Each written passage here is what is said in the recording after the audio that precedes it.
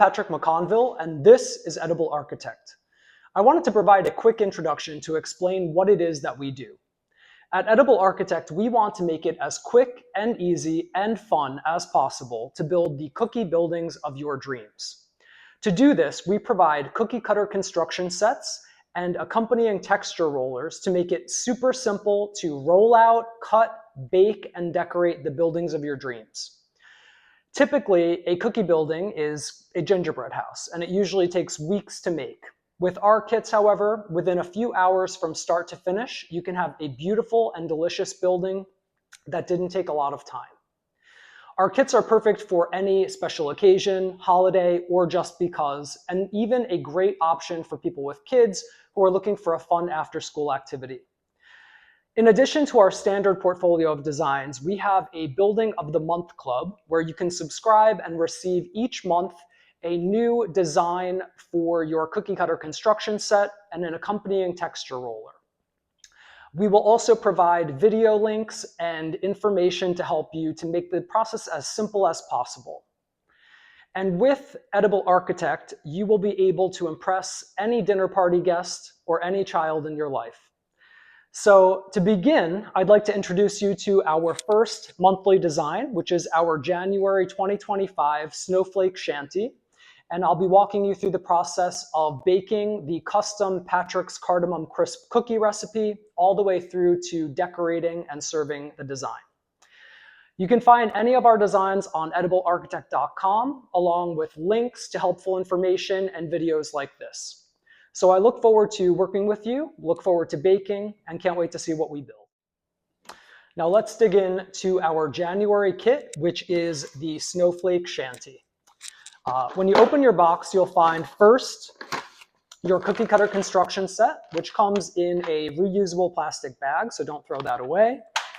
And you also have your waterproof blueprints. So go ahead and unroll those. Those will contain your recipe as well as all instructions for building the structure. We also have available, sold separately unless you're a member of our Building of the Month Club, in which case this will be included with your kit, a snowflake texture roller, which I'll be using on the roof of the building to impart a really beautiful texture and almost look like snowflake roof shingles. So you can see here, it's a really cute roller. You can use it for clay, you can use it for other purposes, but I specifically am making these to go along with each kit. So once you've pulled your kit apart, go ahead and grab your waterproof blueprints and we will gather the ingredients to begin making our recipe. For January, we're going to be making Patrick's Cardamom Crisp cookies, which are a recipe that I developed specifically for this kit. So go ahead, get your ingredients, and I'll see you back in the kitchen.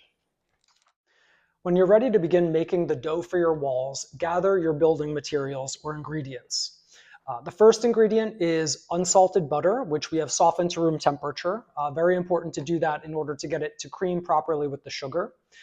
We have our sugar, we have our egg whites, also at room temperature, our vanilla, and then our dry mixture, which is cake flour, baking soda, cinnamon, cardamom, and salt. It is very important to use the right ingredients. In fact, this recipe was developed specifically to make cookie houses with. So it uses a cake flour, which is a lower protein flour, which will produce a crispier cookie and won't spread or rise too much. So if you are using all-purpose flour, I don't recommend it. Your product will not come out as clean, neat, or as crispy as it could. So go ahead, whisk together your dry ingredients, and then you can set those aside, and we can start creaming our sugar. So add your unsalted butter to either a stand mixer or to a bowl if you're going to be using a hand mixer.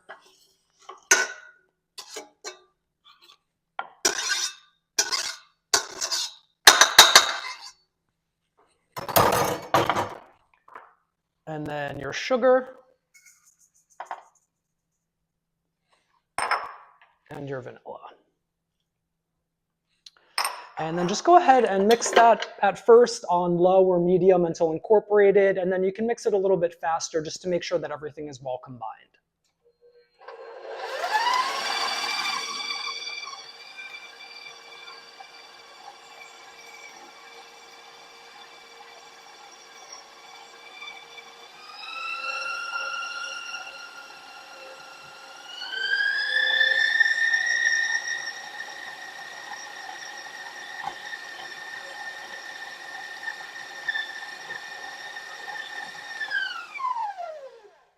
Okay, and when you see that there's no more residual sugar that hasn't been mixed in with your butter, you can go ahead and begin adding your egg whites. Those you will add one at a time until well incorporated. So I have 2 egg whites here. I'll pour 1 in. We'll give that a little bit of a mix.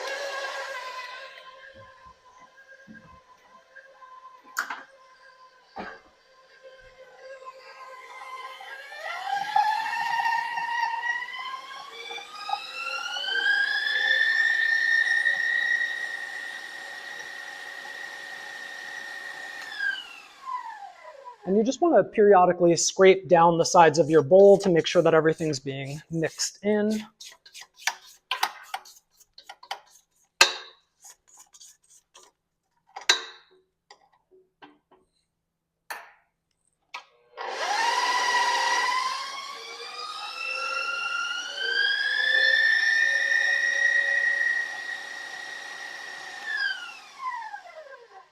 Okay, we'll add our second egg white.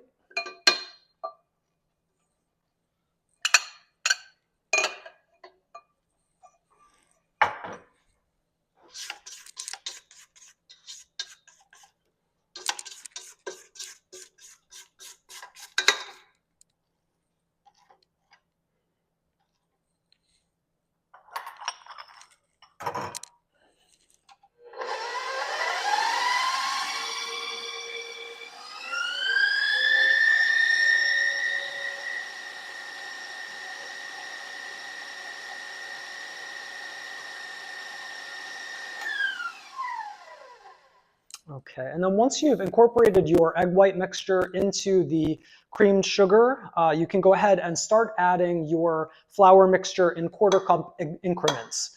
I'm using the paddle attachment on the stand mixer incidentally, and if you are using a hand mixer, there will come a point toward the end of your introduction of the flour where it will get very dry and crumbly, so it may be very difficult to do with a hand mixer.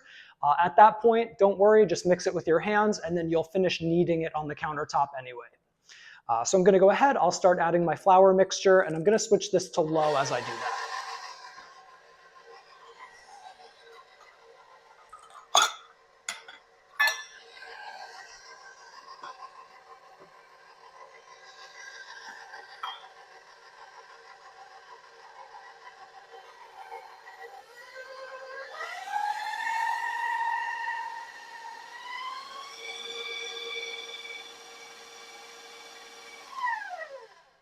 And so just mix it well after each addition and keep on going until you've used all of your flour mixture here. I should note as well that if you have any trouble finding cardamom at your local grocery store, you can find it at a local spice market. In New York City, for example, we have a ton of them, international grocery stores where you can go in and find all kinds of spices for very cheap. Bring your own containers because they'll fill them for you. And if you don't have any of those near you, you can always buy it on Amazon. But you do want to make sure that you get the powdered cardamom and not the pod form.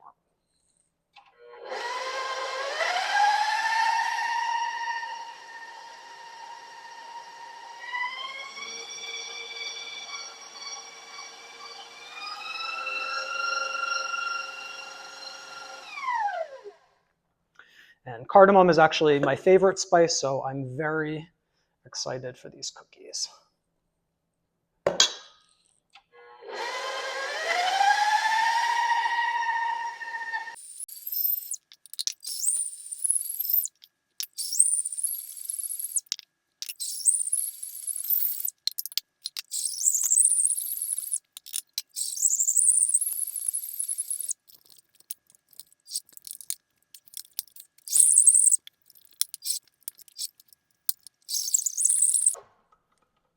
Okay, and by the time you're done mixing your dough, you should have a pretty crumbly dough, but one that will hold together if you squeeze it between your fingers. At that point, go ahead and clean a work surface, lightly flour it, and then we will turn this out in order to start rolling. Once you've mixed your dough, go ahead and lightly flour your work surface.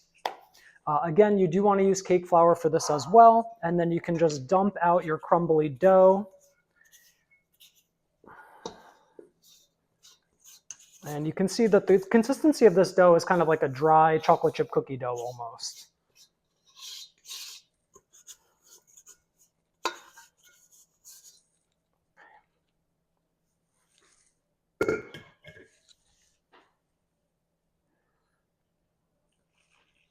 Okay, and then with clean, dry hands, just go ahead, gather up your dough, and start kneading it until you get a nice smooth consistency.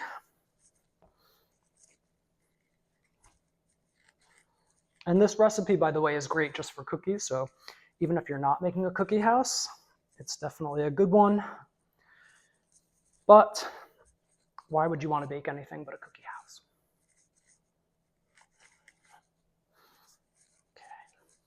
So you don't really have to over knead it. You just want to make sure that you have a nice smooth consistency, everything's nice and even.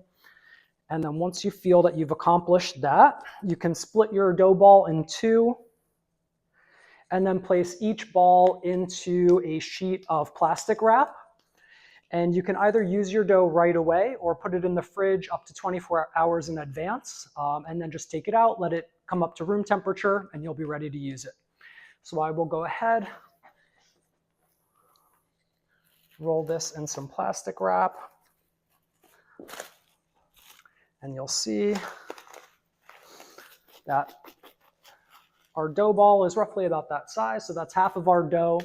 And this recipe is designed so that you'll have enough dough to create an entire house, but then enough left over so that if you break a major piece, you're able to rebake it.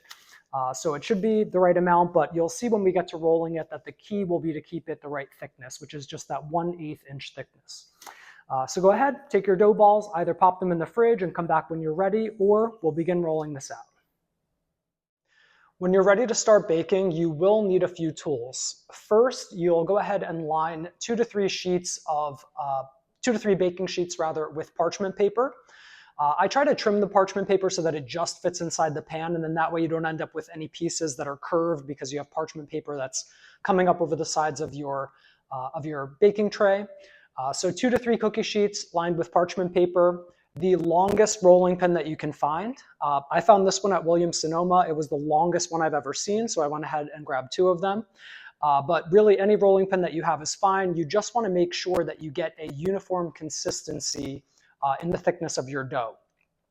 I always use rolling pin thickness gauges. So these are just little bands that you can put on your rolling pin that make sure that you get the proper thickness depending on what you're looking to build. You can get these bands at any baking supply store, Williams-Sonoma. In New York City, you can get them at NY Cake on 22nd Street, or you can get them on Amazon. But they really make it super, super easy to get a nice, clean, uniform, and thin consistency, which will make the cleanest and nicest cookie houses. So rolling pin with your rolling pin bands. You will need your Snowflake Shanty texture roller, if you have one. And then, of course, your Snowflake Shanty cookie cutter construction set. And you'll see that in this design, we feature a really delicate snowflake. So that can be a challenge typically to cut out or punch out. And so I like to have some clay tools nearby. These are a few artists' palette knives that I use in order to get the cutouts out of their respective spots, as well as maybe a few pokers if you want to go ahead and make sure that the edges are being pried clean from the cookie cutter construction set. We also have, of course, our dough balls here and our blueprints. So we'll go ahead and start rolling out our dough. So we're going to take some cake flour and grab one of our sheets of parchment paper, and we'll start just lightly flouring the parchment paper and grab one of our 2 dough balls.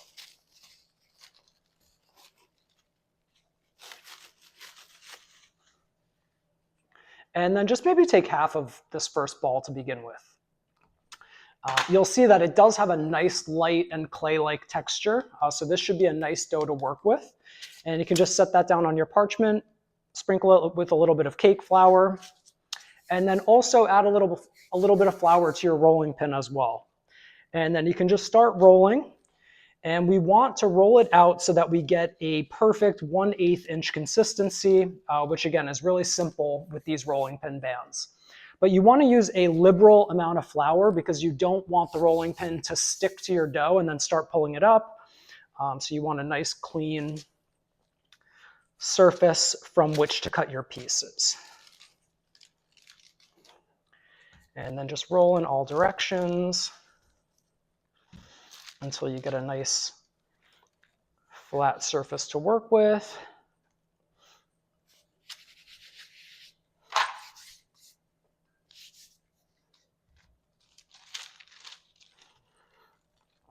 And while you're doing this, you do want to go ahead as well and preheat your oven to 375 degrees. That way, once we're finished cutting the pieces, we can pop them right into the oven.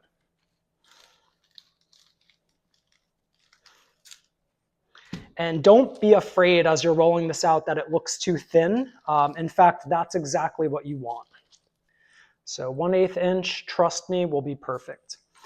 And when you get it rolled out thin enough, you can go ahead and take the first of your pieces. I'll start with the front wall of our house here.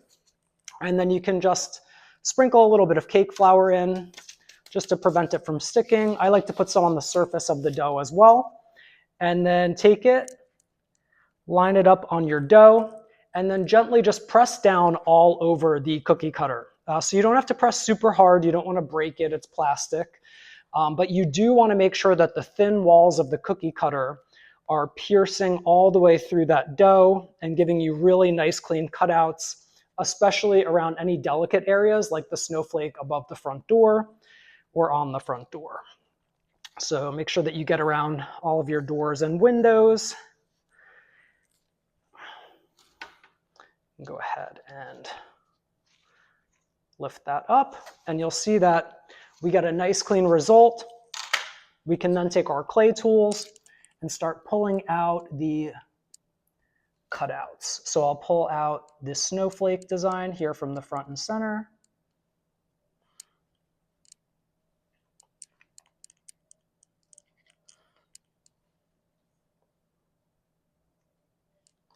Pop out all my window and door openings. And if you've ever made a gingerbread house using a paper stencil, you know that this is the worst part because this is where you're hand cutting each and every window and door opening, you're hand cutting the edges of each piece. Nothing ever comes out evenly. If you make a mistake, you have to start all over again. So with these cookie cutter construction sets, it makes it super easy because if I mess up, which is almost impossible, I can just roll it back up, roll it out, and then start again. So it makes it really, really quick, really easy, and you don't go through that frustrating process of having to remake pieces over and over by hand. You can also save any of the cutouts depending on the design in order to use them for decoration. So if I wanted to use, for example, the cutouts for my windows as shutters on the design, I could go ahead and do that. In this case, I want the focus to be on the snowflakes for January, so I will not, but I will cut out all my windows and doors.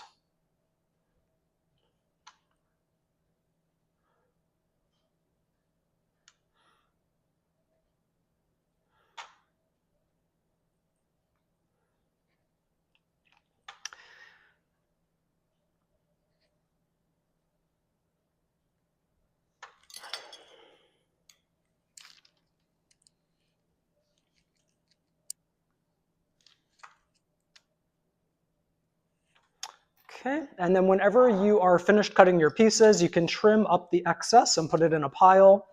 Try to brush off any excess flour if you can. It'll just keep the dough from getting too dry and crumbly, keep it nice to work with. And we will roll that back out. And you can transfer the pieces that you've cut to your baking sheet. And you'll see that very quickly and easily we have a nice, clean, and neat cutout for our front wall of the house.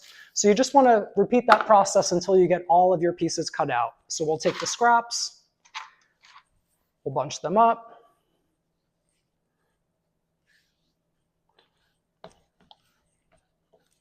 roll them into a ball, and then knead them a bit, and then roll them out again in order to cut the rest of our pieces.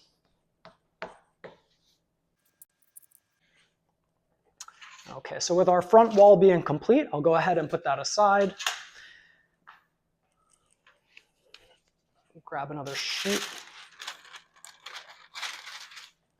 of parchment paper, a little cake flour.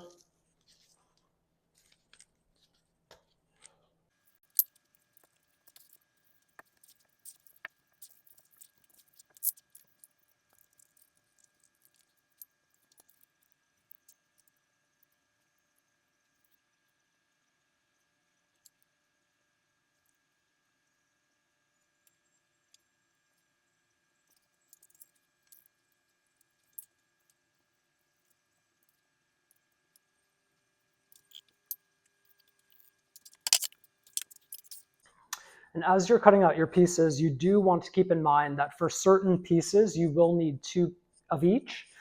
So those pieces would be, in this design, the side walls, the front of the chimney, which is the square, and then the sides of the chimney, which is this piece right here, as well as the roof. So for each of those, make sure that you're cutting out 2 each of those.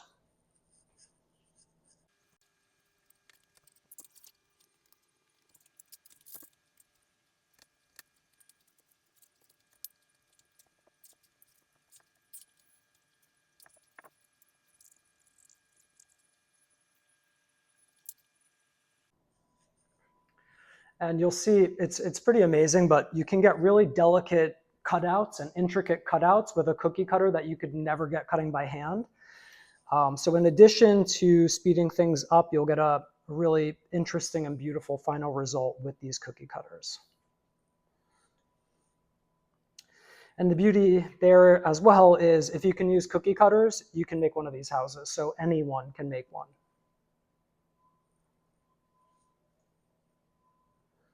Okay, we have our side wall done. I'm going to cut out 2 of our chimney pieces here.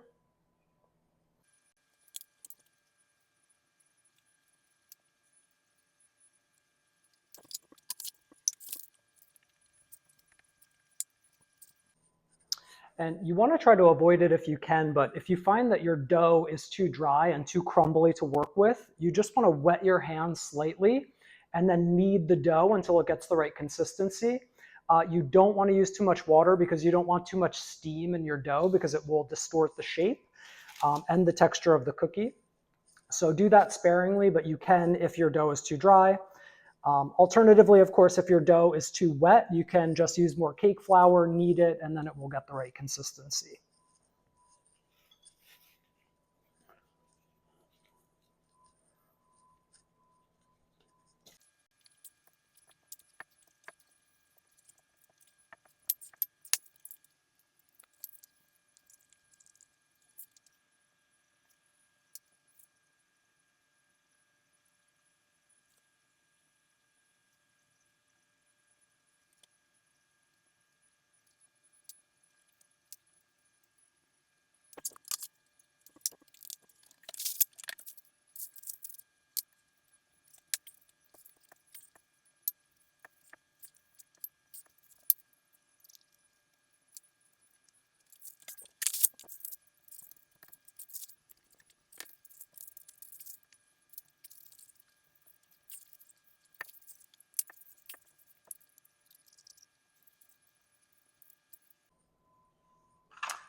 So you can see within a few minutes, really, we have cut out all of the pieces for our gingerbread house, cookie house.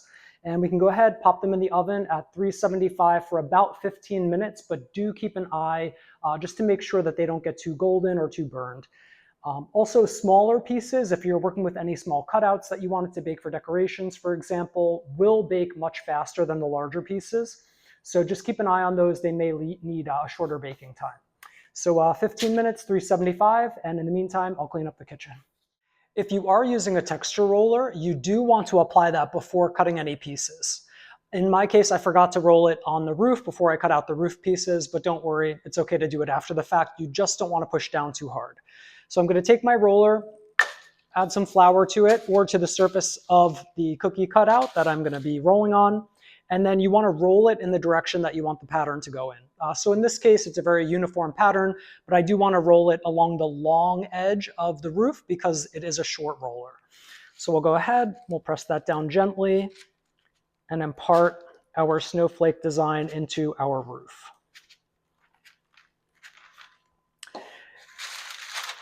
And you'll see it gives it a really beautiful texture, and you can go ahead, bake it, and then it will have a beautiful design even without any color or other decoration. So we're baking our pieces. Stay tuned, come back in about 15 minutes, and we will look at our cooled pieces.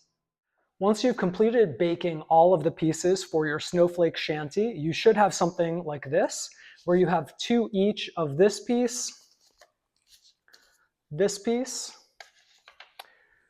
this piece, and this piece. And as you can see with the cookie cutters, you get really beautifully clean lines, and you can see that even the cutouts are perfect.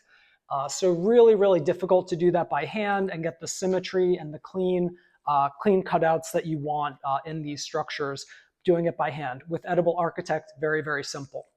And then so once you have all your pieces baked, you can go ahead, and I recommend taking a brush and just brushing it along the outside of each edge just to break off any stray pieces, and then brush any excess flour off into the trash.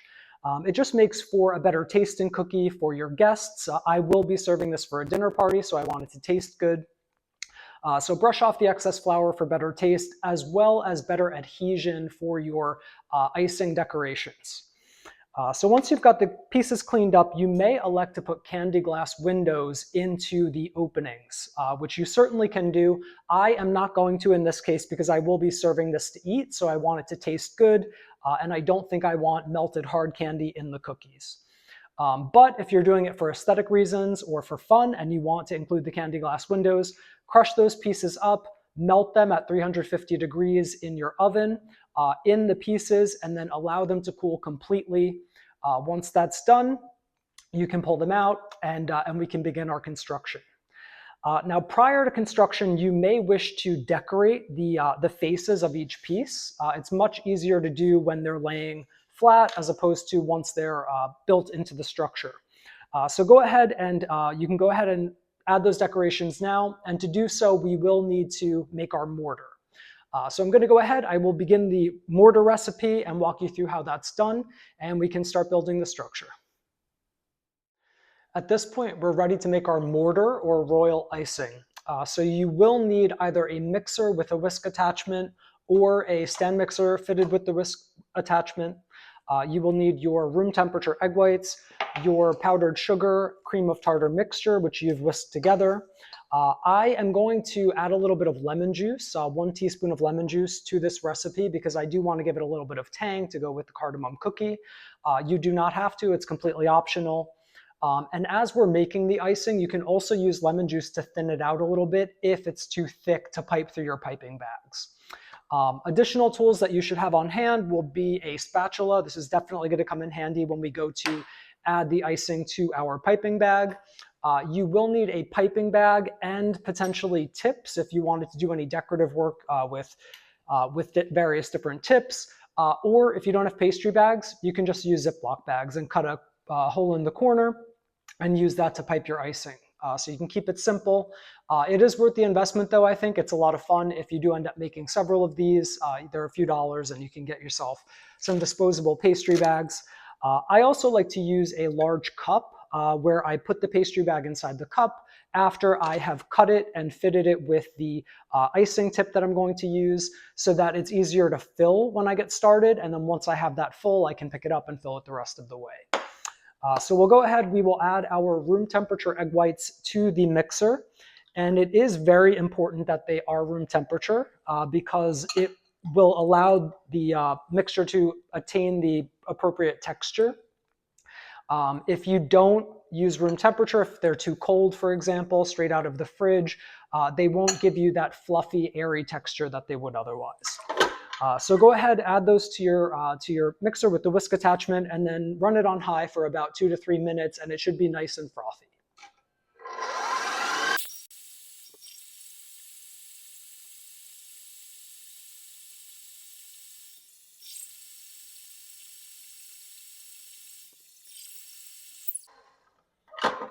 Okay, so it's been about 2 minutes or so, and you can see that we have a nice frothy texture. So we're going to begin adding our powdered sugar mixture. And the powdered sugar mixture, you want to add a little bit at a time, just like we did with the flour mixture. So we'll go ahead. We will also, at this point, on low, add our 1 teaspoon of lemon juice.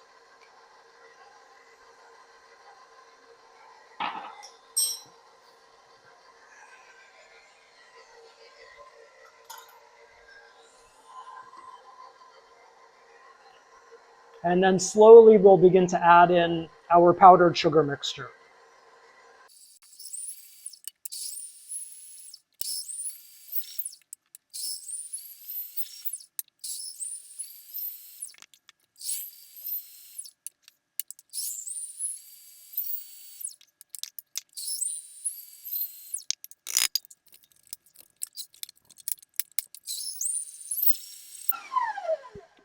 And then once you've got your powdered sugar mixture fully incorporated, go ahead and turn it on high and then let that run for approximately 5 minutes, maybe 5 to 7 minutes.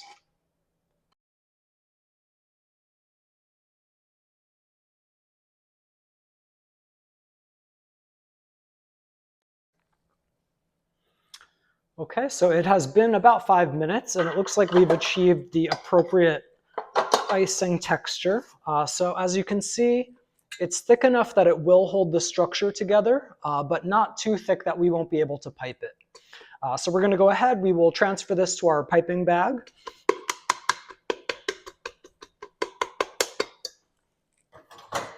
And just to repeat, if your icing didn't come out the proper texture, you can go ahead and add more powdered sugar to the mixture if you need it to be thicker, or you can add a little bit of lemon juice if you need it to be thinner, but just go in small increments because a little bit goes a long way.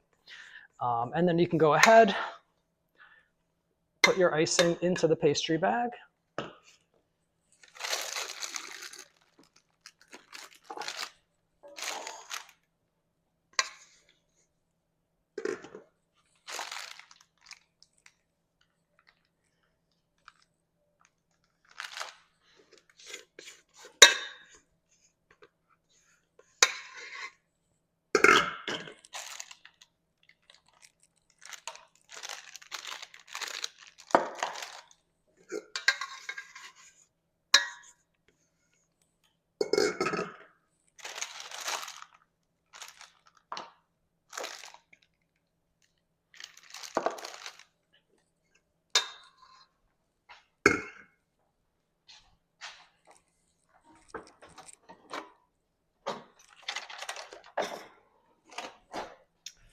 And once you have all of the icing in the pastry bag, you can go ahead and lift it by the collar out of the cup. So it should give you a fairly clean pastry bag to work with. And then you just want to grab it at the top and squeeze the icing down toward the tip. And then you can give it a twist. And then I like to use these little clips just to make sure that it is sealed. And then that way you don't have any leaks coming out the back as you're trying to work with the icing. I did consider putting a little bit of blue food coloring into the icing, but since I'm going for a wintry scene with the snowflake shanty, I decided that I would just go with plain old fashioned white royal icing.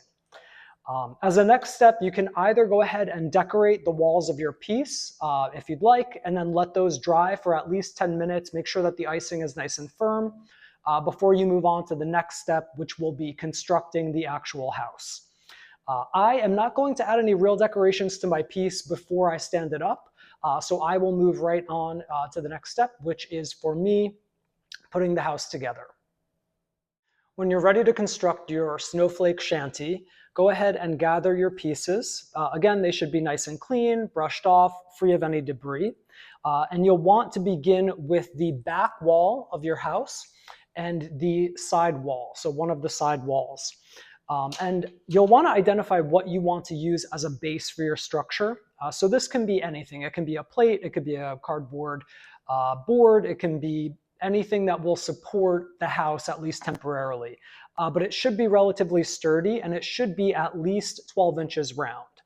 What I find work really well are these wooden cake stands that they sell at TJ Maxx, Marshall's, or other discount home goods stores, because they're about $10 and you can actually drill a hole straight through the bottom of this so that if you want to light the house from inside, it makes it really easy to do. So especially if you're going to make multiple cookie houses, hopefully many to come, I would go ahead and invest in one of these, and then that way you'll have a perfect surface on which to make your construction.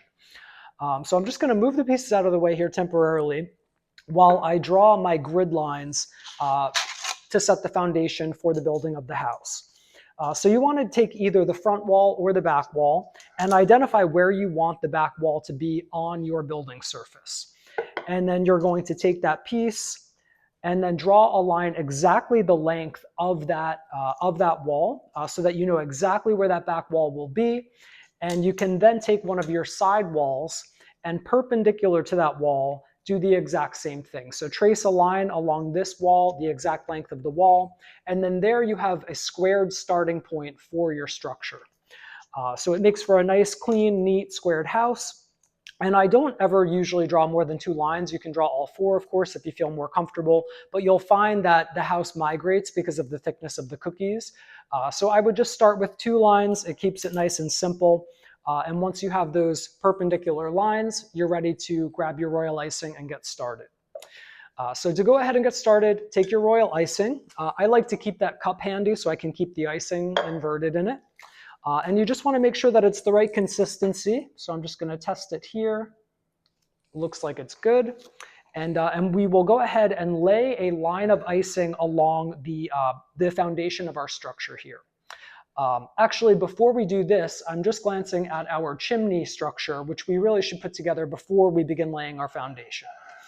So I will move these out of the way.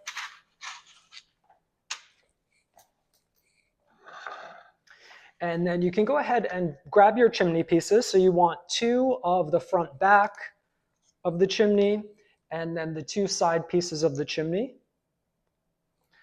And you're going to take one of the square pieces, so the front or the back, and add a line of icing along each side. So I'm going to put some icing along this side and this side.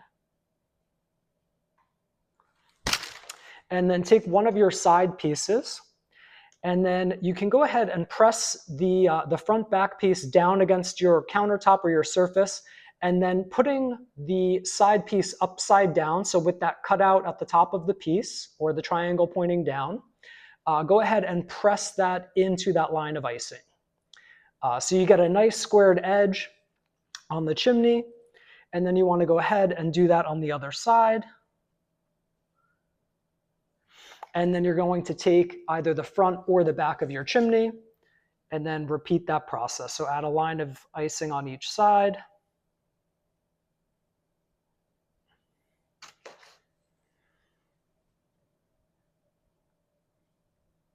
And you want to aim for squared edges to the extent that you can easily do it.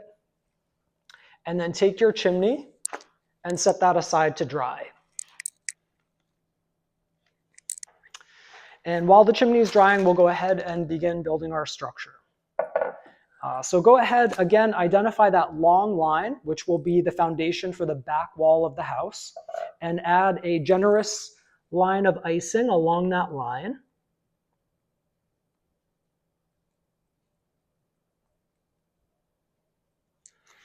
And you can then go ahead and take that back wall. And at this point, I like to grab a support. So I like to use a baking soda box, for example, because it's a nice squared shape, and it tends to be on the heavy side, so it will support a wall temporarily. And go ahead and seat your wall down into that line of icing.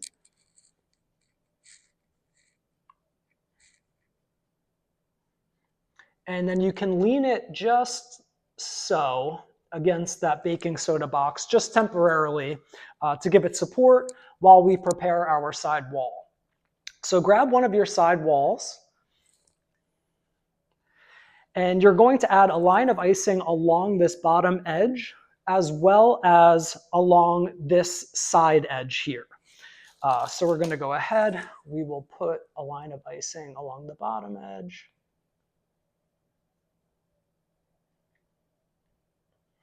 And then this side edge.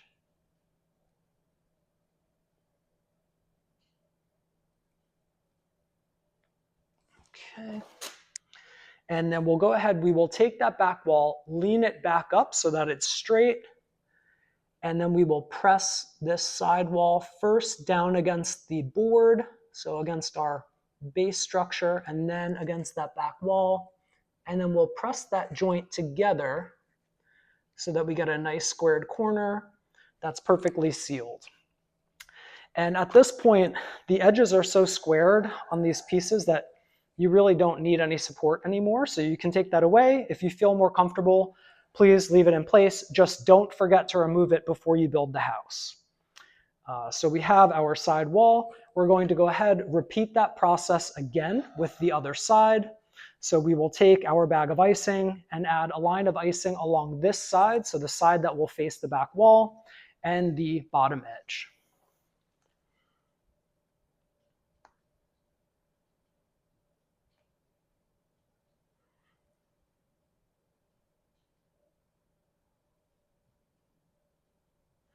Okay. And then again, you want to press it down into the board and then against your back wall, and then press the corners together to get a nice, clean, square edge. Okay, and at this point, we can go ahead and grab our front wall. So your front wall is going to be the one that has the front door here. So it has the side lights and the snowflake, as well as the transom. And then we will make sure that that lines up. Looks really great. So we can go ahead. I like to add a line of icing to the bottom edge of the front piece and then add a line of icing to either side wall, because I feel like that way you can get the cleanest possible lines. So I'll just add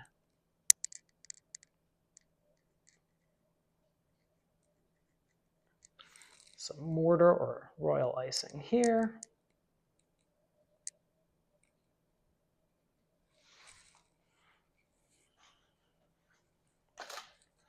And then go ahead and add a line along this front wall.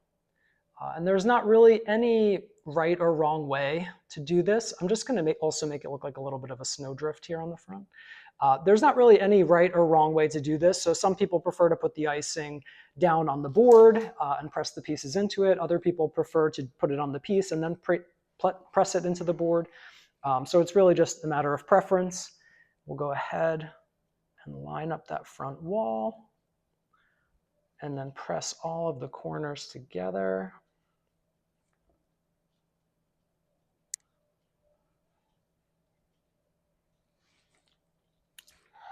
And there you can see we have a really nice square base structure with nice corners, minimal icing, so it looks nice and clean, and we can decorate it to our delight after we're done. I'm going to go ahead and begin putting the roof on. So again, if you want, you can do a little bit of decoration. I usually wait until the end, and then look at your two roof pieces and identify which is prettier, or which you would want to be on the front side of the house. So looking at this, they both look pretty good. They are not perfectly shaped because I did roll the texture roller after I cut them out, but they look pretty good. But I think I'll use this one as the front piece. So this will be my back roof. So I'll go ahead, I will take this piece and I will just by eye fit it over the back of the house. Okay. And then when I'm ready to seat the back side of the roof, I'll take my royal icing and apply icing along these back three edges of the roof line. So beginning here, working our way down.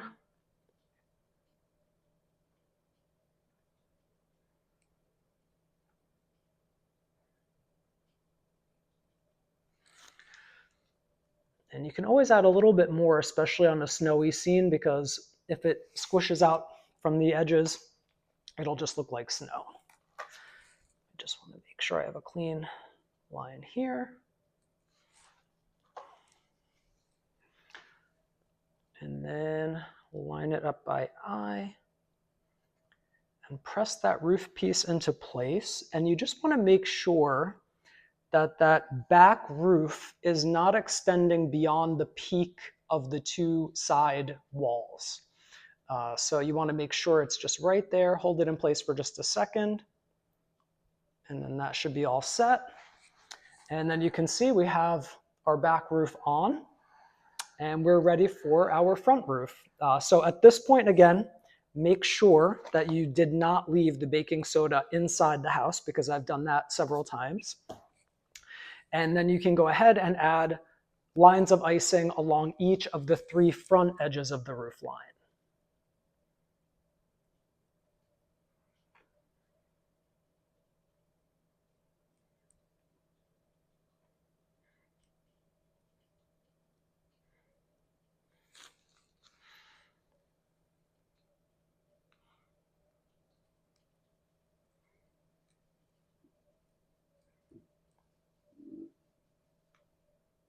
Okay. And then we'll take that final roof piece, decide which edge I want to be the top, and then press that into place. And I like to just overlap the back roof just a bit because from the front, it gives the house a cleaner appearance. So go ahead, hold that for just a moment. Make sure your edges are square. Looks pretty good.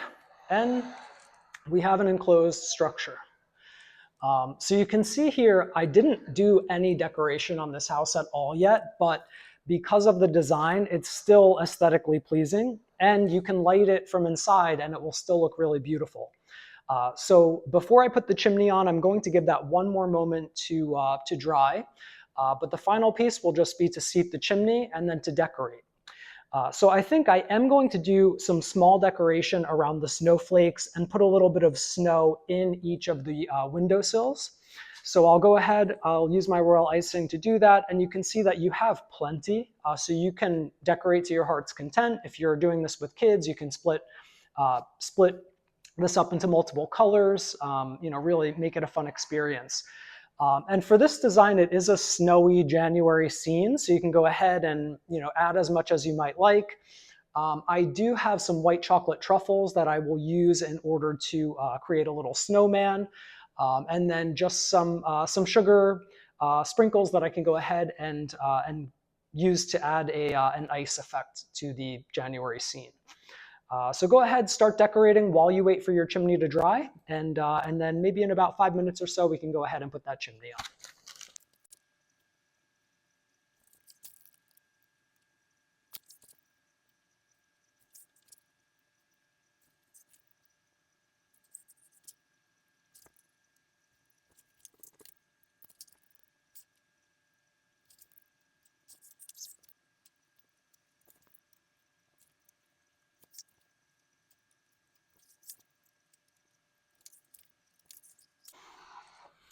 So go ahead and decorate to your heart's content. I think I am finished with what I'm going to do.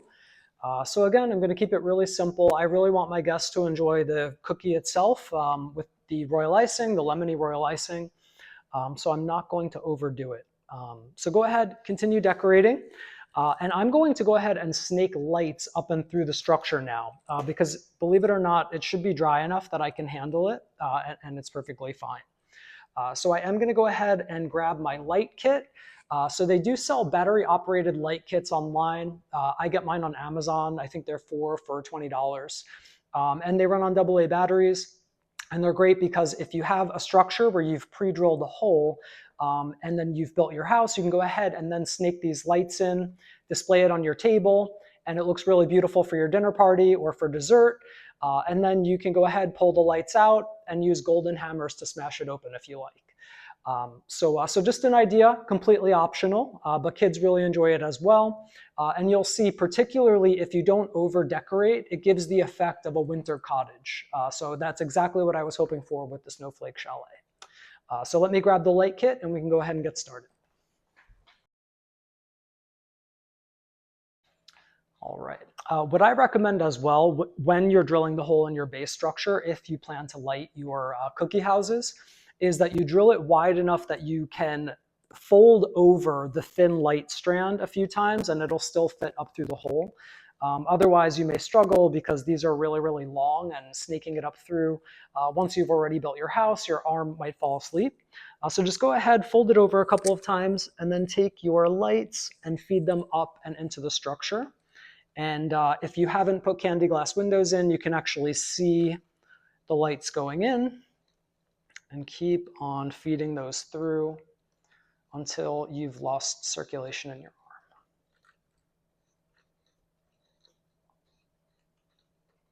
Poking through the window here.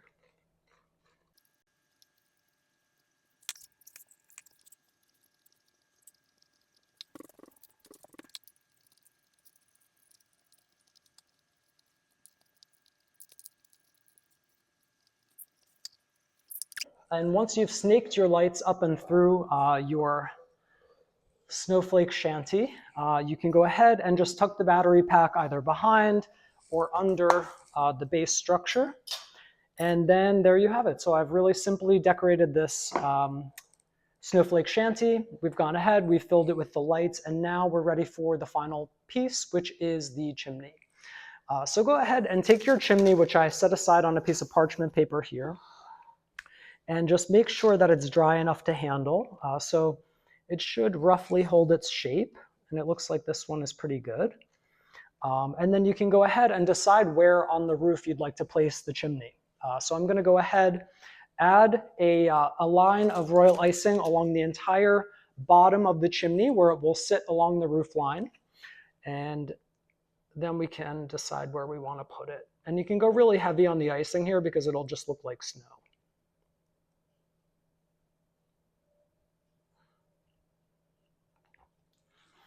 All right, and then whenever you're ready, you can go ahead and invert the chimney over the house, press it down into place, and just don't press too hard because it is still drying, so you don't want the chimney to come apart on you and fall apart all over your beautiful house. As a final step, a final decoration, I'm just going to add some snow along the roof or along the chimney and the roof.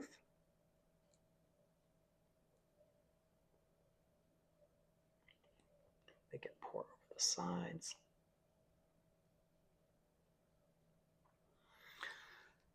Make some snow mounds up here. And then maybe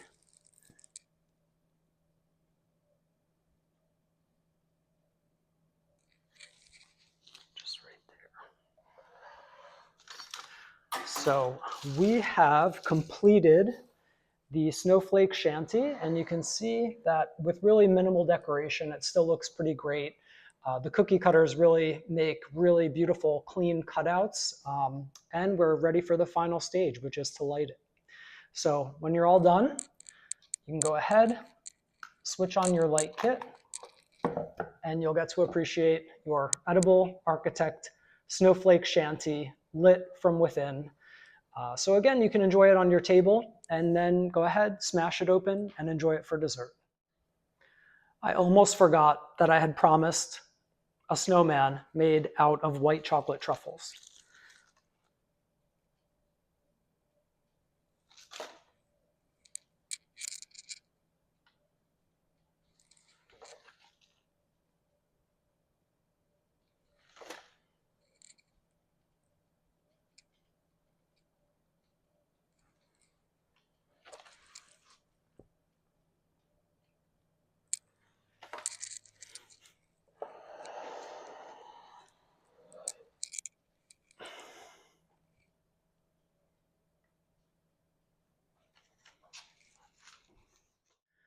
When you're finished with your Edible Architect Snowflake Shanty cookie cutter construction set, go ahead and wash it with soap and water in the kitchen sink and then allow it to dry well before you return it to its plastic bag. I would go ahead and keep this in the box that it came in because it'll help all of the cookie cutters to retain their shape. They won't be smashed up against each other if you throw them into a drawer. So go ahead, throw those in the box, and then take your waterproof blueprints. And if they are dirty, they are fully waterproof, so you can wash them in the sink if you like, dry them off really well, and then roll them back up.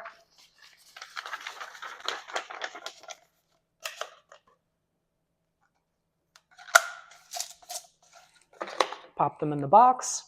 And the same goes for your Snowflake Shanty texture roller. So if you did use a texture roller, go ahead, wash that with soap and water in the sink, and then pop it back into the box that it came in and store it on your shelf for the next build.